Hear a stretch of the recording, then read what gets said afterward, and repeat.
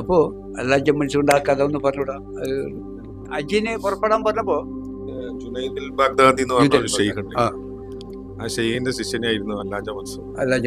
അങ്ങനെ ഒരു ഹജ്ജ് സമയത്ത് ശിഷ്യന്മാരോട് പിന്നെ ഹജ്ജിന് ഒരുങ്ങാൻ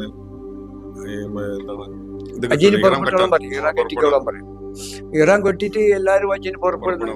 അപ്പം അല്ലാഹ് മൻസൂർ എന്ത് ചെയ്തെന്ന് വെച്ചാൽ അല്ലാഹ് മൻസൂർ തന്റെ ഗുരുവിനെ തവാഫ് ചെയ്ത് കാൽക്കൽ മുത്തി മണത്ത് ഇത് ചെയ്തിട്ട് എന്റെ ഹജ്ജ് കഴിഞ്ഞു.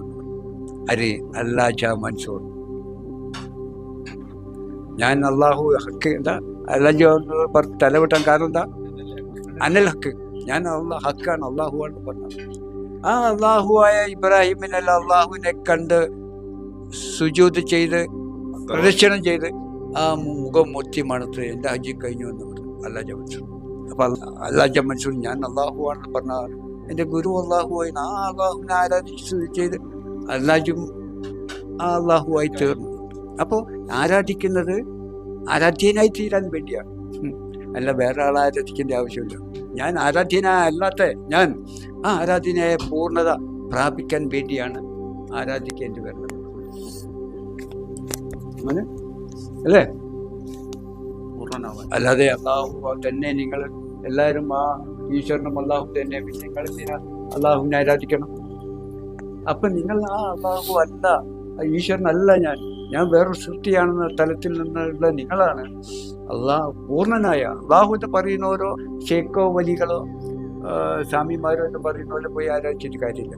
ദൈവത്തെ, ദൈവദർശനമുള്ളവനെ, ദൈവികമായവനെ ചെന്ന് കണ്ട് ആ ദൈവത്തെ ആരാധിച്ച് ആ ദൈവമായി ആ പൂർണ്ണത പ്രാപിച്ച് ആരാധ്യനായി തീരാൻ വേണ്ടിയാണ് ആരാധിക്കേണ്ടത്, അല്ലാതെ എല്ലാവരും ആരാധിച്ചിട്ട് കാര്യമില്ല. അപ്പൊ ഇങ്ങനെയാണ്. അപ്പൊ ഇബ്രാഹിം നബിനെ കണ്ടില്ലപ്പോ നിങ്ങൾ അങ്ങോട്ട് പോണോ? സജ്ജനങ്ങളെ തേടി ഇങ്ങോട്ട് വരും ഹജ്ജ്. ഇപ്പൊ ഉടലും മുഖേന കിട്ടിയില്ലേ? ഇപ്പൊ നമ്മള് പറയല് അഞ്ചുൽ അസ്വദ് എന്ന് പറഞ്ഞ സ്വർഗത്തിൽ നിന്ന് കൊണ്ടുവന്ന കല്ലെന്ന, കല്ല് മൊത്തം അവിടെ പോണ്ട.